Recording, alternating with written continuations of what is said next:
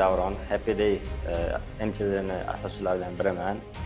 Prezidentimizning 61-qaroriga asosan biz yoshlarga yaratilayotgan qulayliklardan kelib chiqqan holatda shu o'quv markaziga asos soldik.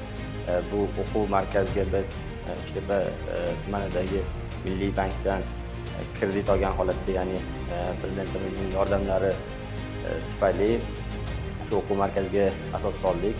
Bu yerda bizda o'sha olingan kreditlar natijasida o'zimizga kerakli jihozlar bilan ta'minladik.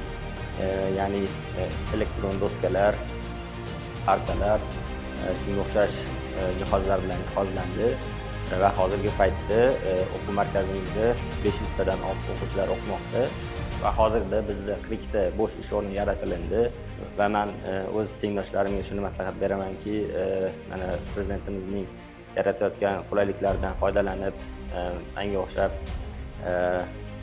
o'zini tadbirkorligini yo'lga qo'yishligi mumkin.